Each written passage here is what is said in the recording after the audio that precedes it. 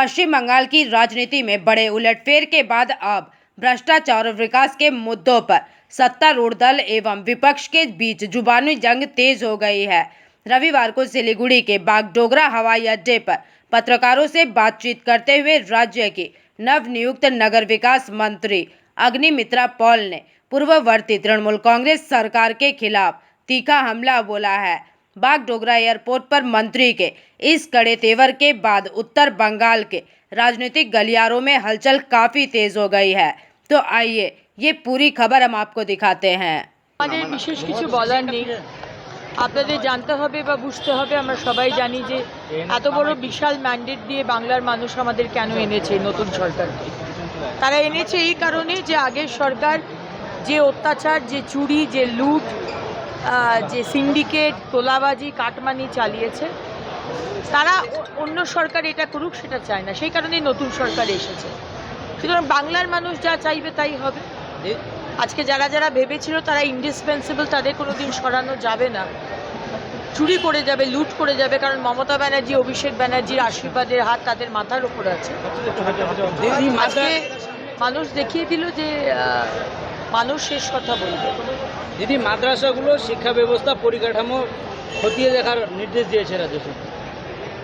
অবশ্যই দেখতে হবে, কারণ আমি বরাবর বলে এসেছি, বিধানসভার মধ্যেও যখন বিরোধী দলে ছিলাম তখনও বলে এসেছি যে আজকে প্রায় 5,713 কোটি টাকার যে অনুদান দেওয়া হচ্ছে মাদ্রাসাতে, সেখানে কতগুলো ছেলেমেয়ে তার সাহায্য পাচ্ছে, তার হেল্প পাচ্ছে। কতগুলো ছেলেমেয়ে doctor, engineer, IAS, IFS, IRS, scientist, এগুলো হচ্ছে, এটা দেখা দরকার। টাকাগুলো কোথায় যাচ্ছে, মাদ্রাসাতে মডার্ন এডুকেশন দেওয়া হচ্ছে কিনা। কারণ আমরা চাই বাংলায় নতুন সরকার যে উন্নয়নের যে রাস্তা আমরা নিয়েছি, সেখানে সংখ্যালঘু সম্প্রদায়ের ছেলেমেয়েরাও তারা যোগ দিক, একসাথে আমরা বাংলাকে এগিয়ে নিয়ে যাব। তৃণমূলের ভোট ব্যাংক যে সংখ্যালঘু ভোট ব্যাংক, তা ভাঙন ধরেছে। আপনাদের কি সুবিধা হচ্ছে? সুবিধে অসুবিধার বিষয় নয়। কোনো মানুষ, কোনো জাতি, কোনো সম্প্রদায়, ধর্মের ভিত্তিতে, কোনো মানে রিলিজিয়ন বেসিসে কোনো সম্প্রদায় যদি কিছু না পায় সরকারের থেকে, দিনের পর দিন তাদেরকে শুধু ভোট ব্যাংকের জন্য ব্যবহার করা হয়, ইট ইজ ভেরি ন্যাচারাল যে তারা সেই দল থেকে সরে যাবে। কারণ ultimately end of the day একটা হিন্দু মহিলা যা চায়, একটা মুসলমান মহিলাও তাই চায়, একটা শিখ মহিলা বা খ্রিশ্চান মহিলাও তাই চায়, একটা শিখ ছেলে বা মুসলিম ছেলে বা হিন্দু ছেলে বা পার্সি ছেলে, জৈন ছেলে তাই চায়। মাথার উপর ছাদ, দুমুঠো খেতে পাবো, জল পাবো, ফিল্টার্ড ওয়াটার, পিওর ওয়াটার, রাস্তাঘাট, লজিস্টিক, চাকরি, শিক্ষা ব্যবস্থা, স্বাস্থ্য ব্যবস্থা, সেটা 15 বছর মমতা ব্যানার্জি দিতে পারেননি। দেখতে পেলেন তো গতকাল মাননীয় রেলমন্ত্রী এসে এখানে নর্থ বেঙ্গল থেকে বুলেট ট্রেন শুরু হবে। যা যা রুকে রয়েছে এত বছর ধরে যা করতে দেননি, শুধু রাজনীতি করার জন্য। অনারেবল সুপ্রিম কোর্ট বলেছে চিংড়িঘাটার যে এইটুকুনি কাজ বাকি ছিল মেট্রোর, রাজনীতি করবেন না, মানুষের উন্নয়নের কাজটাকে বাধা দেবেন না, এটা অনারেবল সুপ্রিম কোর্টের অবজারভেশন।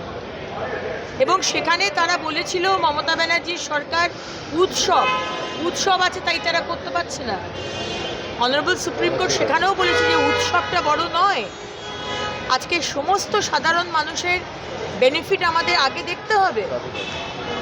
আজ আমাদের সরকার 1 মাসও হলো আসেনি, কিন্তু আজকে চিংড়িঘাটার যে মেট্রোর কাজ রুকেছিল সেটা কমপ্লিট হয়ে গেছে। কম সময়ে কমপ্লিট হয়েছে প্রত্যেকটা জিনিস। আজকে বিএসএফকে জমি দেওয়া হয়নি, শুধু বাংলার লোকের সুরক্ষা নয়, সারা ভারতবর্ষের 140 কোটি মানুষের সুরক্ষা নিয়ে চিনিমিনি খেলেছে। সেই কাজটি ফার্স্ট ক্যাবিনেট মিটিংয়ে মাননীয় মুখ্যমন্ত্রী সেটাকে চালু করে দিয়েছে। সুতরাং প্রত্যেকটা জিনিস ডবল ইঞ্জিনের সরকারি দ্রুত গতিতে এগোবে।